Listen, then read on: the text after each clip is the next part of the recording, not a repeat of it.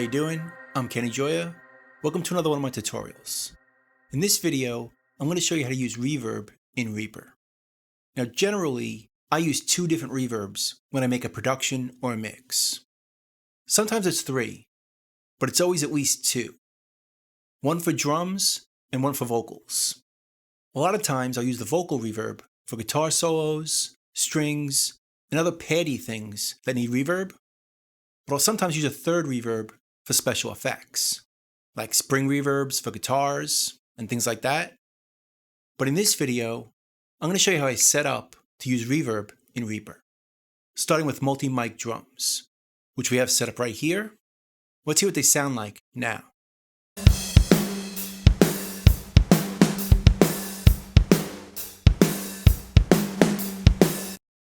They're a bit dry sounding, so let's add some reverb to make them sound more roomy or more live. Now in dealing with reverb, I don't like to put the plugin or the effects right on the track. I like to set up a separate track and use what's called an effects return, where you send the sounds to that track to add reverb, and the effect is 100% wet on that track, as you'll see. This allows a few different things. One, we could share reverb among many different tracks, instead of creating a different reverb for each track. It also saves resources, as we'll only need 2 or 3 for the entire song. So let's get started. We'll start off by making a new track for our drum reverb. And we'll name it Drum Reverb or Drum Verb. Then we're going to send our tracks to that effects return. Let's start off with the snare track, as that sound is going to be the most obvious for our effect. The snare really triggers the drum reverb, so it's a good place to start. So we'll drag from the routing here onto this track. And that creates a send right here. And you'll notice by default, it's post fader, which is a good thing. When you're dealing with effect sends for reverb and delay, you want to use post fader. This way, when we change the level of the direct tracks, the reverb's going to follow. In other words, if we bring the snare down, the reverb's going to stay in proportion. So the levels aren't separate, which is what's going to happen if we make this pre-fader. I tend to use pre-fader for things like headphone mixes or separate bus mixes, but not for effect sends. For effect sends, I like post-fader. Now also by default, the level starts out full up, or 0 dB. I don't really prefer it that way, as it sends too much signal to start out. I prefer it to start all the way down, so I could bring it back up. So I like to change this in the defaults. So let's delete this send, go to our preferences, and go to track send defaults. Right down here, we could change our gain from 0 dB to -infinity, basically all the way down. Now I tend to change this preference depending on what I'm doing. Like if I'm doing headphone mixes, I'll go over here and change this to pre-fader, and then I'll create my headphone mix sends. This way they're automatically pre-fader, and I don't have to change them one by one. But for this, we're going to make them post-fader, which is the default. We're just going to change the starting level over here. Hit OK. And now if we create that send by dragging from here to here, the level starts out all the way down. So we can bring it up to taste, which is my preference. So now let's put a reverb on the effects return track, right over here. We'll choose reverb, which is another free one that comes with Reaper. Again, I'm showing you this because I know you have it. Plus, I personally feel this is an underappreciated plugin. So I want to show you how useful it can be. Let's double click it, and here it is.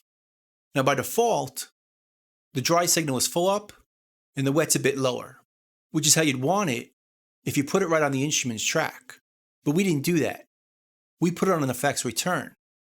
So we're going to make this completely wet and not dry at all.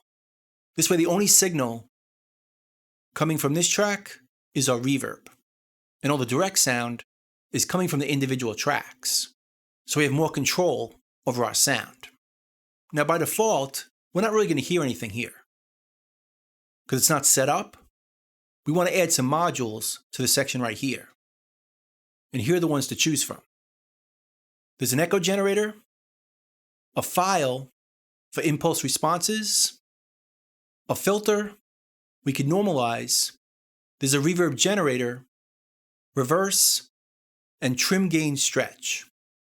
I'm not going to show you all of them in this video, but I'm going to show you a few that are pretty useful. Let's start off with the reverb generator. And let's see how it sounds on our snare. So we'll solo it. Let's open our send. And let's send it some of the snare drum.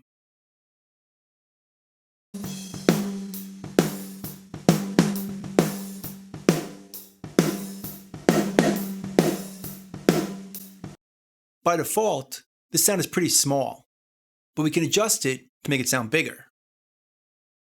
Right down here, we can change the room size.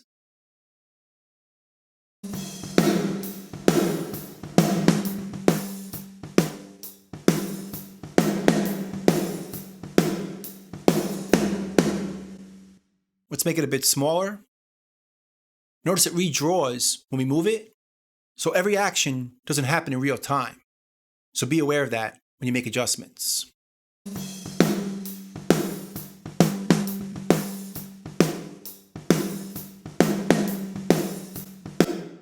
We could also add some dampening to the sound right here.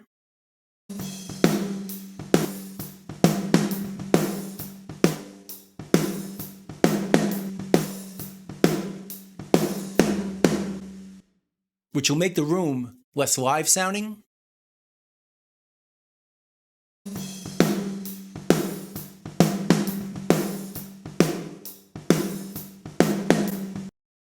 And we could also change the length right here, which is a bit different than the room size, as you'll hear.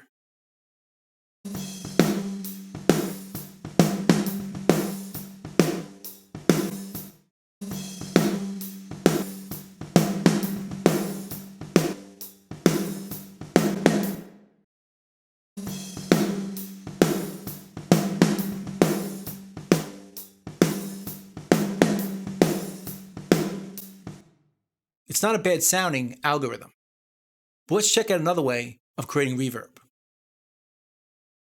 Let's get rid of this module, and let's choose File instead. This opens up a directory where we can choose an impulse response file, which is a file where they sample a room, or in this case, a digital reverb. I downloaded these files from Big G's Lexicon 480. Let's hear what a few of these sound like. We'll start off with the A plate, which is a very famous plate from this unit.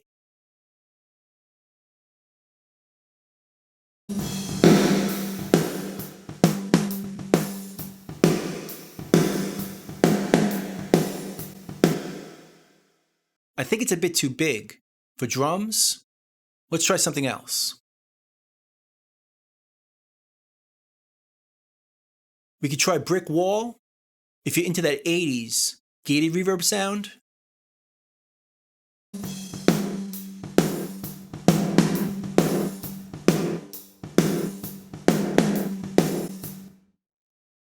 But let's try the drum plate.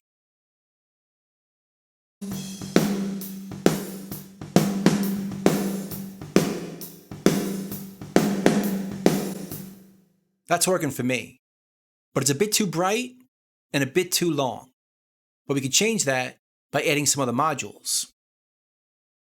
Let's go to Add, and let's add a filter.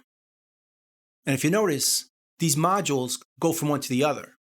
So we could use more than one on top of each other, or combined. So let's use a low pass to get rid of some of that top end.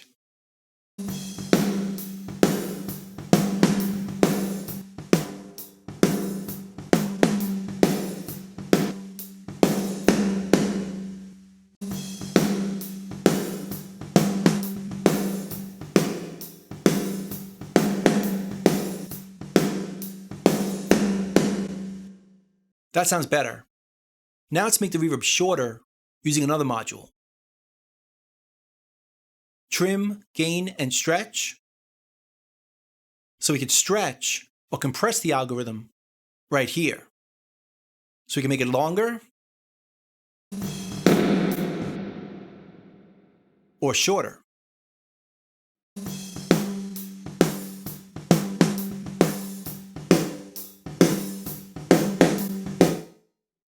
But that's a bit too short. Let's bring it down just a bit.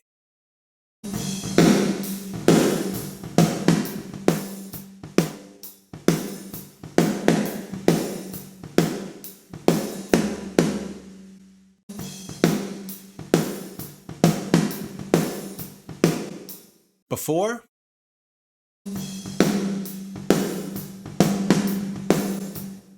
and after.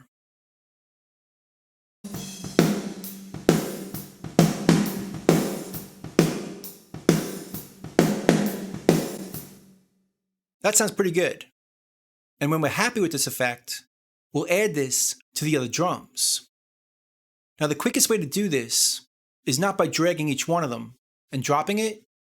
It's by using the routing matrix. Right here, this area right here is our snare send, coming from our snare and going to the drum reverb. So right here, we could add some more sends for the kick, the snare bottom, the overheads, and the room. So right from this window, we created all those sends. Now we can adjust them from this window by right-clicking, but let's do it a different way. We could also do it by controlling each send from their routing right here and adjusting it here. But an even better way is to adjust the receive on the reverb track right here. See, all our sends show up in one window. So we could solo the kick and add reverb to it right from this window.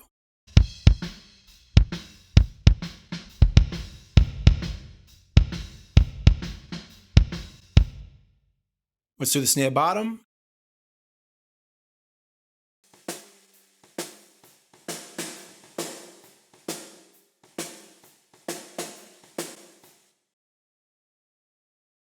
The overheads.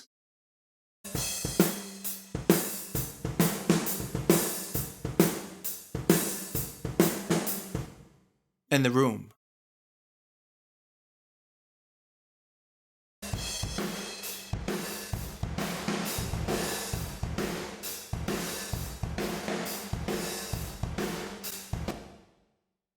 Now let's hear the drums all together.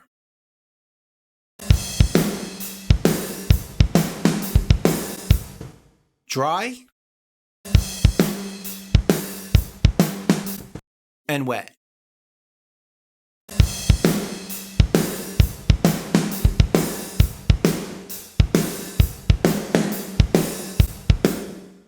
That sounds a lot better to me. Now in part 2 of this video, we're going to add reverb to vocals. Let's go.